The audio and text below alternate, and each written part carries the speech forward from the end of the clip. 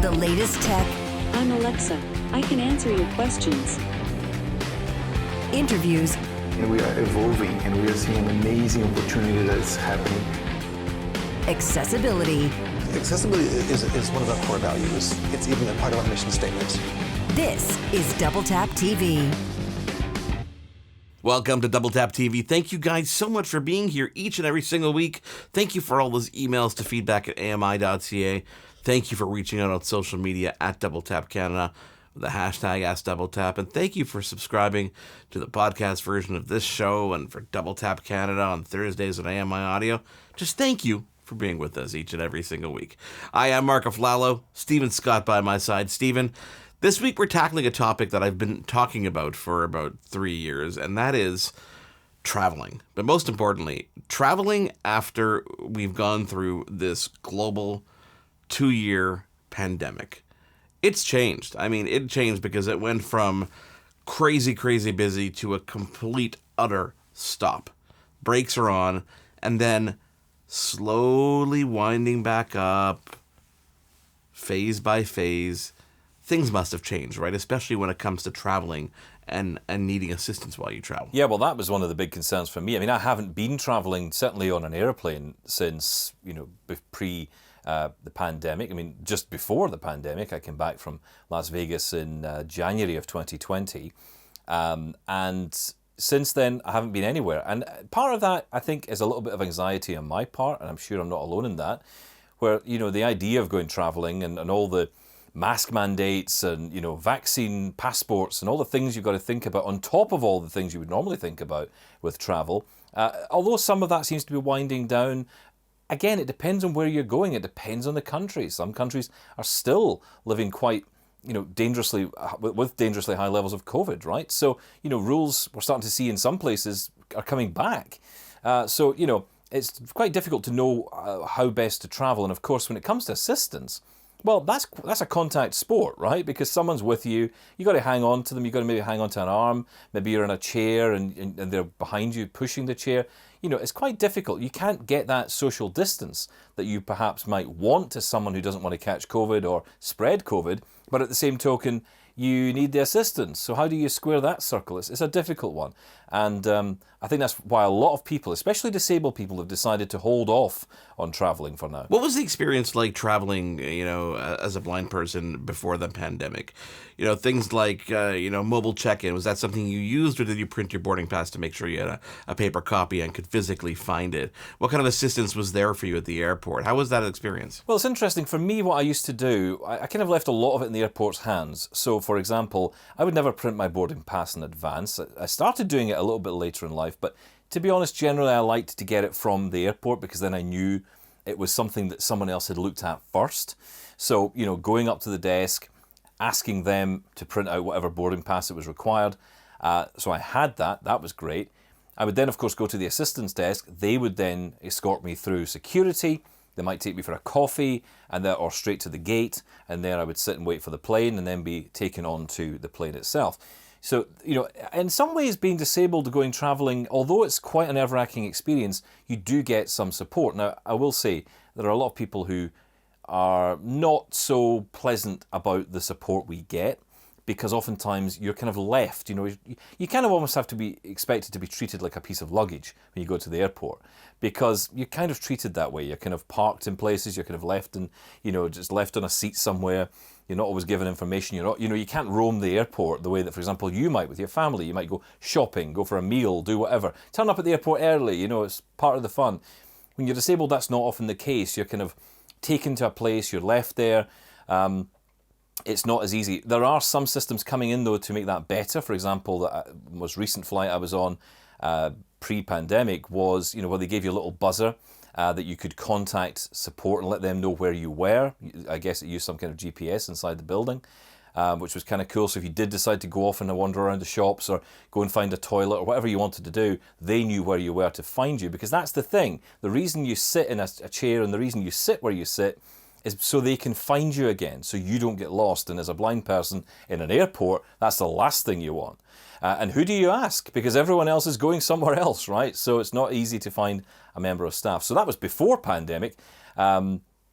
I guess things have changed, probably not too radically though, in that department for disabled people. So, Stephen, what does Double Tap TV correspondent Grant Hardy think about all this? Let's find out. Hey, this is AMI Vancouver bureau reporter and Double Tap contributor Grant Hardy. Well, COVID-19 is far from over, but our country is reopening, and that means we're going to be venturing outside of our homes a lot more. Personally, I am a little bit apprehensive about the future of accessible travel. Some of the biggest problems facing us now aren't technical, but they're social.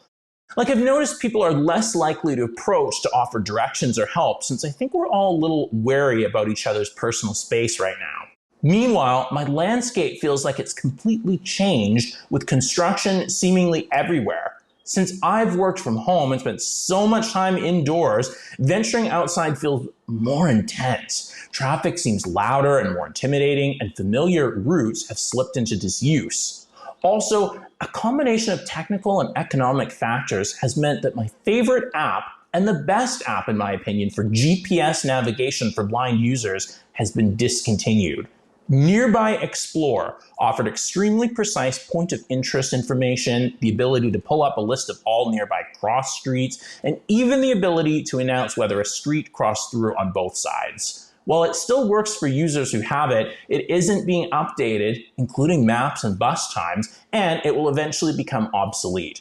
I've yet to find really anything better, despite many technological promises. The focus now seems to be on research about accessible indoor rather than outdoor navigation.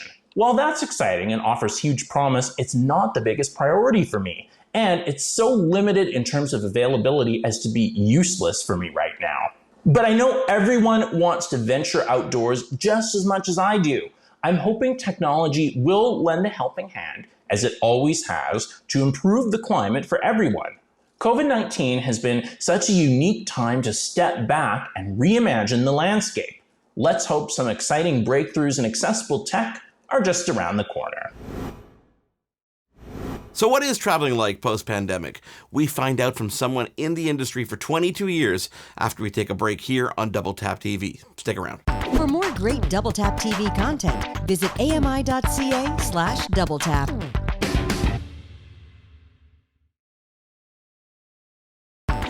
This is Double Tap TV. Marc Aflalo and Stephen Scott with you, and this week our guest specializes in all things travel and does it with a blind perspective. Sue Slater is the owner and operator of Presto Magic Travel, and for the past 22 years she's been in the travel business. Sue, thank you so much for joining us this week on Double Tap TV. Well, thank you, Mark. Thank you, Stephen. It's an honor to have this opportunity to be with you and with all the people watching the show today. Now, Sue, you've been in business for 22 years, but you haven't been blind your whole life. By the same token, though, this does help you, I guess, when it comes to arranging travel, especially for other blind travelers. So being that I started traveling 40 years ago, when I lost the last block of my sight due to retinitis pigmentosa, I have traversed traveling with my other senses around the United States, on cruises, and around the world. So when I go, in addition to doing stuff for myself, I look at what might be best for my clients and what's out there, and have inside knowledge of what to do and the places to go. So looking back at these past 2 years during the pandemic, has anything really changed in the travel industry, Sue? Well, I think for the first year and a half, during when COVID was so prevalent, there was more of that because everything locked down. There was no travel for almost 2 years. But now that things have opened up and people have gotten vaccinated and have gotten their boosters and are wearing masks, things are not as bad as they were. And I haven't found too much difference in traveling. So when I go to the airport and travel by myself, instead of having to go to the desk with my luggage, I now can do curbside service again, which is wonderful. But I never found, when I started traveling again, which was last May, any difference in the wheelchair pushers or the person that would guide you to pre-boarding and the people from the airport that would guide you onto the plane.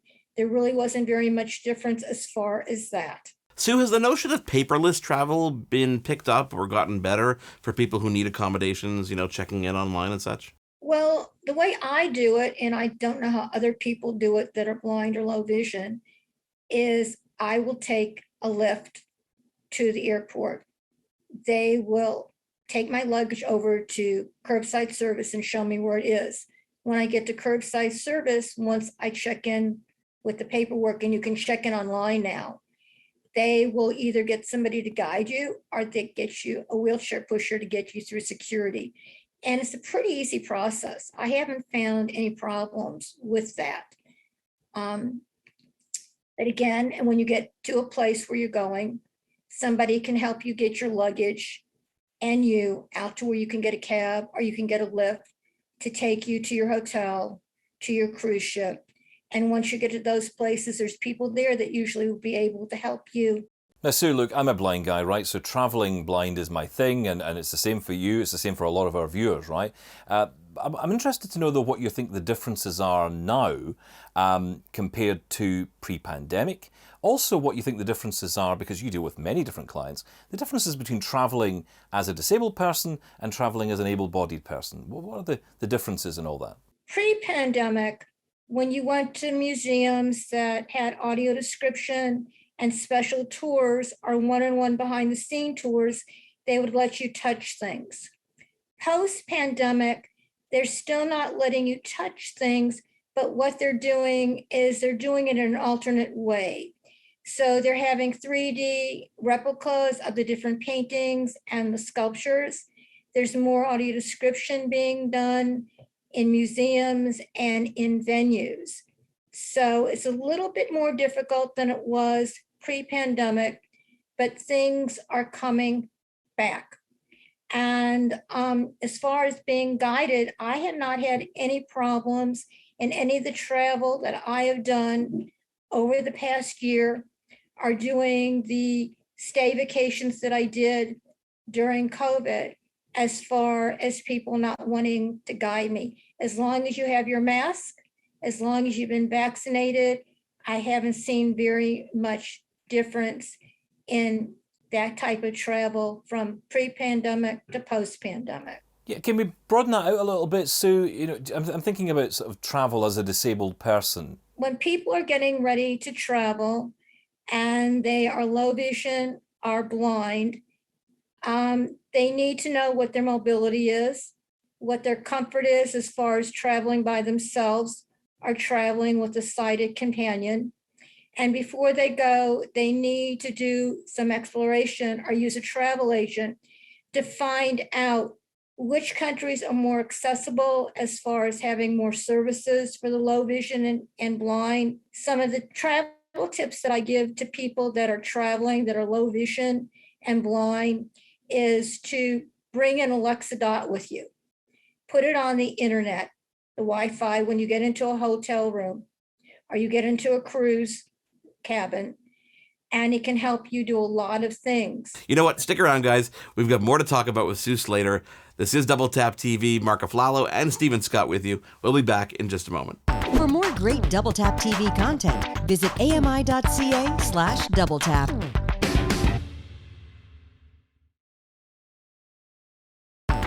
This is Double Tap TV. Welcome back to Double Tap TV, talking all things traveling after a pandemic. Thanks for being here. Email us, feedback@ami.ca. Follow us on social media if you're not already, at Double Tap Canada, with the hashtag which is #DoubleTap.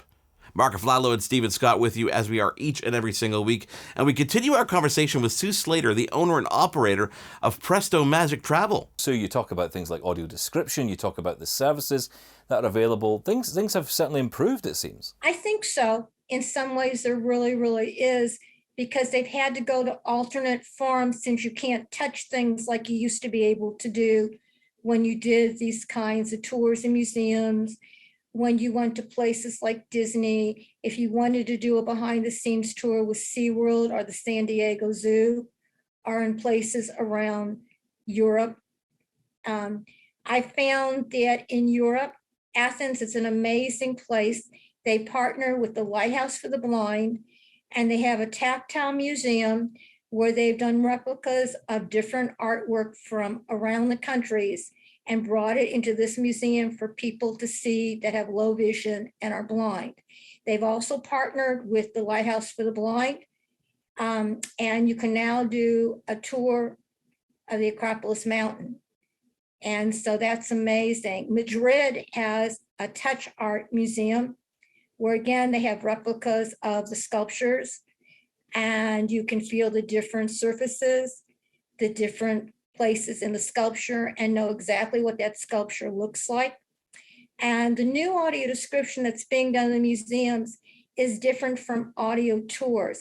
It's a whole immersive experience where they're describing the painting to you, what's in the forefront, what's in the backdrop, how the textures go together, so that a person that is low vision and blind can actually get a mental picture of what their sighted counterparts are looking at. Now, you mentioned cruising earlier, Sue. I'm intrigued by this because I've done a few cruises with my wife. We've loved them. And they do seem to be quite popular with some blind people. In your opinion, is cruising a popular option for some blind people? Yeah, it's a very popular way of traveling just because it's contained. And there's certain floors where everything is. So there might be one floor where the lounges are, where the dining rooms are, and another floor where the pool is and the buffet. And the nice thing about cruise ships is everybody gets lost. Everybody needs help with directions. So if you need help, all you have to do is say, could you tell me which direction something is in? And they help you. And now they're doing more accessible tours. And so when you go onto the website for a cruise line, it'll tell you which cruises are more accessible and what the levels of those tours are. I think one of the challenges, Sue, is that there are extra costs. There's always extra costs for disabled people, right? And that certainly extends to travel. I'm thinking about, the taxi to the airport, having to go to a travel agent because maybe the websites you're trying to book a holiday on aren't particularly accessible. There are extra costs for us when it comes to, going on holiday, right? There is extra cost for a person that's low vision or blind, but I think it's not that much more than for a person who is sighted that maybe just doesn't drive, that has to have alternate transportation, things like that. So yeah, there is a little bit more cost involved. But as a travel agent, that travel agent can help you find promotions that will help with the cost of the actual hotel or the actual cruise. The thing that is really the most prohibitive right now, and that's for anybody, is the cost of air. Air has just about doubled since the pandemic. And there's a lot of shortage of pilots and flight attendants and a lot of cancellations. And so sometimes it's not the cost of where you're going, but it's the cost of actually getting there by air or by train. Okay, Sue, I'm going to put you on the spot here. What would you say are the most accessible destinations to go to in the world? Give us your top three. Okay, I would say London. They have a great, great society for the blind in London. I would say France. And I would say that Athens is going up in the forefront with all the new services that they're doing there, partnering with the Lighthouse for the Blind. And the least accessible holiday destination, Sue? Okay, Santorini. There is no ADA in Santorini, and the steps are marble and slate. And unless you're with somebody that's sighted, it's very hard to navigate. Also, another place that would be not too accessible would be Venice, because there's a lot of bridges and side streets and stuff, a lot of water all around. And so that might be a place you might not want to go by yourself, but with somebody who is sighted. So if people want to get in touch with you, how do they do that? Okay, my website is prestomagictravel.com. My cell and text is 314-541-8400. And for people outside the United States, they can use WhatsApp, which I use myself to talk to people that are not in the United States. And my email is cruiseaway2001@yahoo.com. That's CRUISEAWAY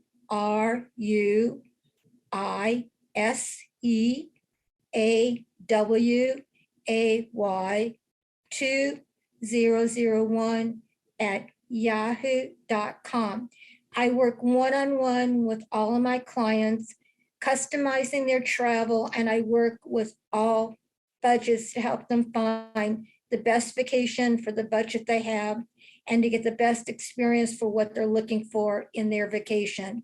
My motto is anybody can travel with the right do-arounds. Man, Stephen, it seems like so much has changed, but actually for the good. I was going into that interview thinking, oh no, there's going to be so much negativity, but really the fact that people are trying to accommodate not only just people with, disabilities, but just people who shouldn't be touching things. So they're giving them audio tours, but better, more immersive audio tours.